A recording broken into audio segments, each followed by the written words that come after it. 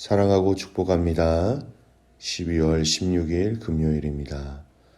오늘 하루도 주님 안에서 감사와 기쁨으로 복된 하루를 살아가는 귀한 믿음의 가족들 되시기를 간절히 소원합니다.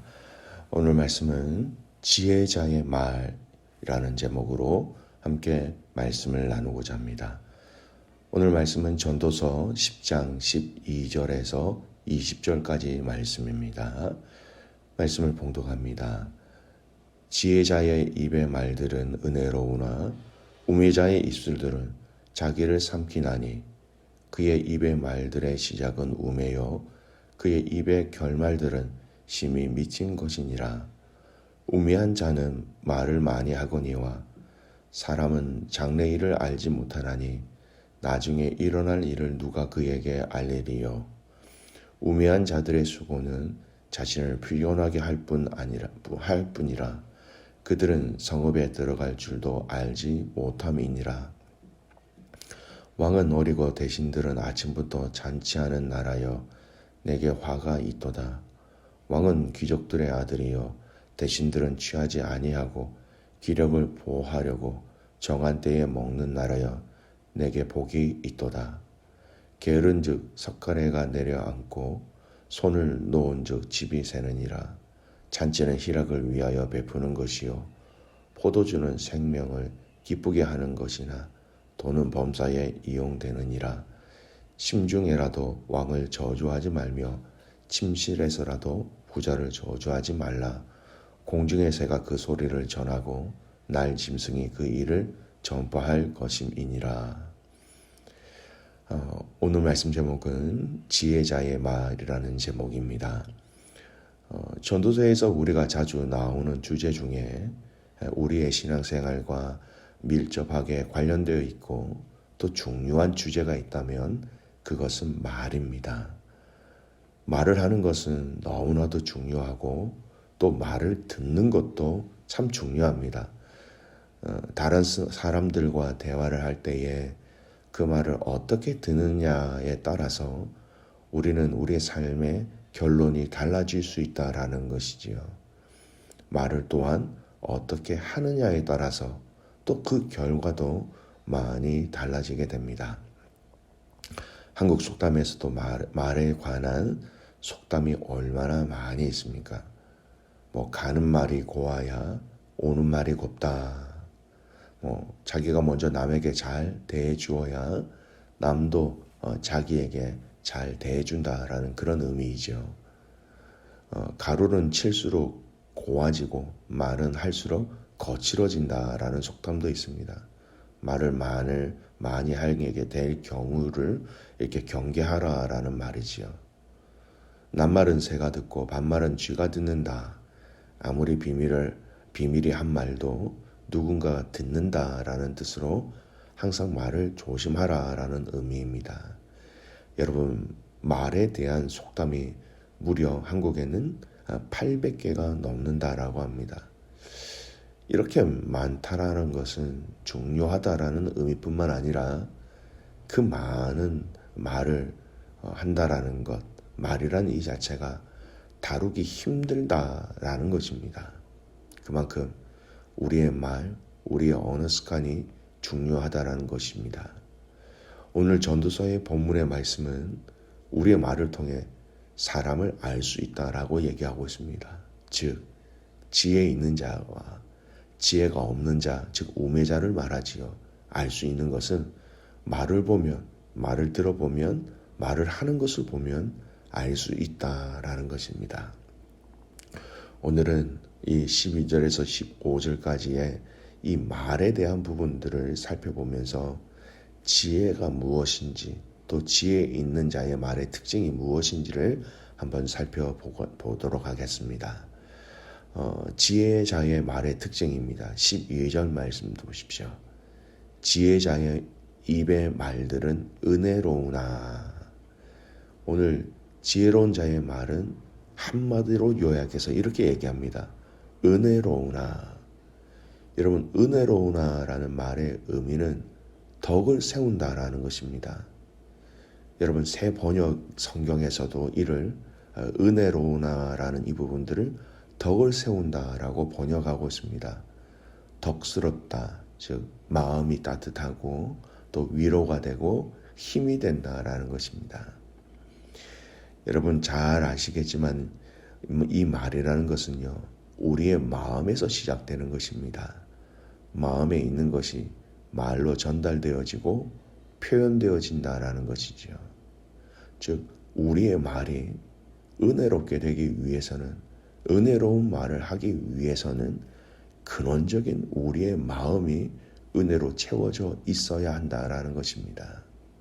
물론 말을 하는 데 있어서 좀 부족하고 더디고 미숙할 수 있습니다만 그 마음에 진심으로 은혜가 채워져 있으면 상대방은 금방 그 진심을 알 수 있습니다. 그리고 이 은혜로우나, 즉 덕을 세운다라는 말은 나 혼자만의 유익을 위한 것이 아니라 다른 사람들과 함께하는 공동체를 위한 것이 된다라는 것입니다. 여러분 성경에서도 덕을 세운다라는 이 의미의 말씀을 사용한 것을 살펴보면 혼자만의 의미가 아니라 서로 관계적인 것 또는 공동체에 관하여 여러분 사용되어진다라는 것이죠. 로마서 14장 19절 말씀, 그러므로 우리가 화평의 일과 서로의 덕을 세우는 일을 힘쓰나니. 여러분 덕을 세운다, 우리라는 것입니다. 데살로니가전서 5장 11절 말씀, 그러므로 피차 권면하고 서로 덕을 세우기를 너희가 하는 것 같이 하라. 서로 덕을 세운다, 공동체에 선한 영향력을 준다라는 것입니다. 고린도전서 14장 12절 말씀, 그러므로 너희도 영적인 것을 사모하는 자인즉 교회의 덕을 세우기 위하여 그것이 풍성하기를 구하라. 교회의 덕을 세우기 위하여 공동체의 덕을 세운다라는 것입니다. 정리하면 이런 것입니다. 하나님의 지혜를, 하나님의 은혜를 맛본 자들이 하나님의 은혜의 마음으로 말하고 이야기하고 표현할 때 그 말은 나를 살리고 다른 사람을 살리고 그리고 함께하고 있는 공동체를 살리게 된다라는 것입니다. 사랑하는 귀한 믿음의 가족 여러분, 여러분 마음에 하나님의 은혜로 그것이 모든 것이 가득 채워지시기를 간절히 소원합니다. 여러분 안에 채워진 그 은혜가 여러분의 입술을 통하여 표현되어지며 고백되어지며 다른 사람을 살리고 위로하고 힘을 얻게 해주고 하나님의 공동체, 즉 부부와 자녀들과 가정과 셀과 공동체를 더 건강하게 세우는데 사용되어질 수 있기 때문입니다. 반대로 오늘 말씀은 또한 우매한 자들의 언어, 그 말의 특징을 뭐라고 얘기하고 있습니까? 12절을 보겠습니다. 12절은요, 우매자의 입술들은 자기를 삼키나니. 13절의 말씀에 보면 우매자들은 그의 입의 결마들은 심히 미친 것이니라. 여러분, 우매한 자들의 말은 자기를 삼킨다라고 얘기합니다. 이 말은 자신을 스스로 멸망하게 된다, 자멸하게 된다라는 것입니다. 여러분, 스스로 자멸하는 사람을 우리는 정상적이다 얘기할 수 없지요. 배를 타고 항해를 하고 있는데 배에 탄 사람이 스스로 배 밑에 구멍을 뚫거나 파괴하지는 않습니다. 정상이라면 이렇게 하지 않지요. 우매한 사람이 자신이 말에 의해서, 자신이 한 그 말에 의해서 스스로 자멸하게 되기 때문에 이것은 미친 것이다, 제정신이 아니다, 미련한 것이다, 이렇게 이야기하고 있는 것입니다. 하나님의 은혜의 말, 사람을 세우는 말이 아닌 저주의 말, 다른 사람을 저주하는 말 하는 것은 결국은 자신이 죽게 되고 듣는 사람이 죽게 되기 때문에 이는 우매한 자들의 대표적인 그런 심벌이 되어버린 것이었습니다. 저와 여러분이 이 은혜의 말, 살리는 말, 그리고 은혜를 선포하는 말로 자신과 가정과 공동체를 살려내고 또한 지켜내시기를 간절히 소매합니다. 이 우매한 자들의 말의 특징이 한 가지 더 있습니다. 14절 말씀 보십시오. 우매한 자는 말을 많이 하거니와. 여러분, 우리가 완전하지 않기 때문에 말을 많이 하다 보면 필요 없는 말, 오해를 일으킬 수 있는 말이 우리 안에 참 많이 일어나게 됩니다. 잠언 10장 19절 말씀 보세요. 읽어드립니다. 말이 많으면 허물을 면하기 어려우나 그 입술을 제어하는 자는 지혜가 있느니라. 말이 많으면 허물을 면하기 어렵다라는 것입니다. 우리의 인간의 가지고 있는 연약함을 잘 얘기해 주는 말씀이지요. 그래서 여러분, 말을 많이 한다. 우매한 자의 특징이다라는 것입니다. 말보다 행동으로, 말보다 우리의 행함으로 우리의 삶을 드러내야 한다라는 것이죠. 여러분, 말씀의 결론을 다시 한번 더 생각해 보겠습니다.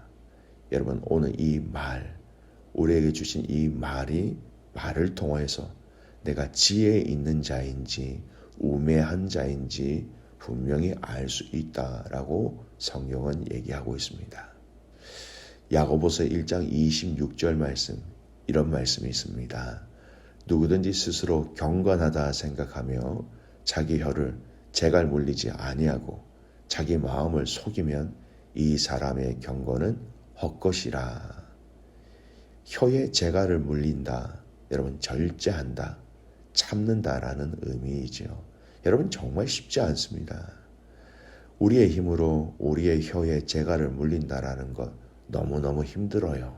아니, 불가능하다라고 말씀드릴 수 있습니다. 그러나 여러분, 우리가 아니라 우리 안에 계신 성령님이 하시면 가능하다라는 것이죠. 지혜의 영이신 성령님이, 또 성령님이 주시는, 또 성령님이 우리 마음에 좌정하셔서 우리가 이 성령님 앞에서 온전히 순종할 때에 여러분, 이것이 가능하다라는 것입니다. 우리 안에 계신 성령님을 통하여서, 우리가 순종함을 통하여서 우리가 성령의 열매를 맺을 수 있지요. 여러분, 이 성령의 열매 9가지, 이 성령의 열매 중에 있는 한 가지 덕목이 있습니다. 그것이 무엇입니까? 절제라는 것입니다. 갈라디아서 5장 22절에서 23절 말씀. 오직 성령의 열매는 사랑과 희락과 화평과 오래 참음과 자비와 양성과 충성과 온유와 절제니. 마지막 그 열매가 절제라는 것입니다.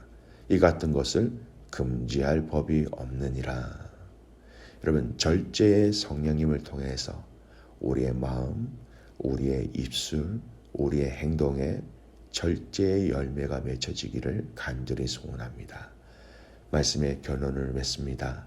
제어한다라는 것은 힘이 필요하다라는 것을 의미합니다. 내가 나아가고자 하는 이 힘과 반대되는 힘이 필요합니다.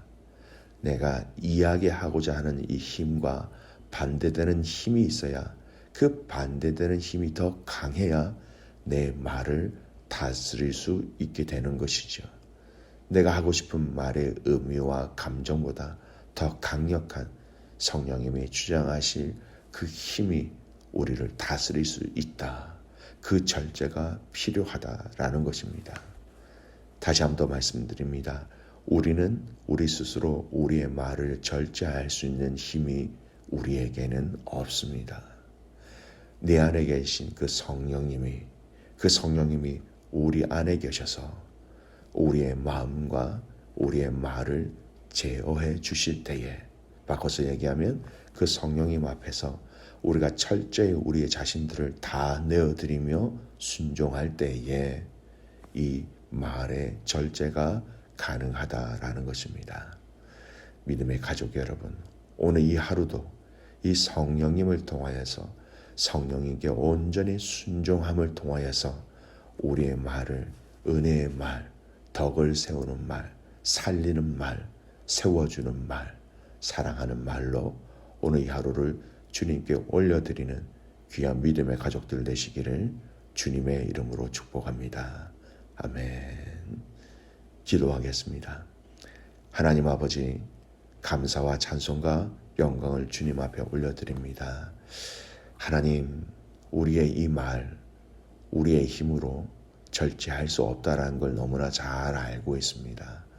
성령 하나님, 오늘 우리 안에 자정하셔서 우리의 마음, 우리의 입술, 우리의 혀를 주관하여 주셔서 살리는 말, 감사하는 말, 일으켜 세우는 말, 영광을 올려드리는 말로 이 하루의 삶을 가득 채워 주시옵소서.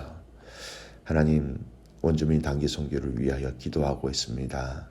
여러 가지 상황과 환경과 여건들, 하나님 확정할 수 없는 것들이 참 많이 있습니다. 그럼에도 불구하고 그것 가운데 아버지께서 주신 그 마음을 품게 하시고 또 이것을 위해서 온 믿음의 가족들이 위하여 기도할 때에 주님 우리에게 동일한 은혜와 동일한 마음으로 허락하여 주시옵소서. 그렇게 행하실 주님을 신뢰하며 살아서 역사하시는 예수 그리스도의 이름으로 감사하며 기도드리옵나이다. 아멘.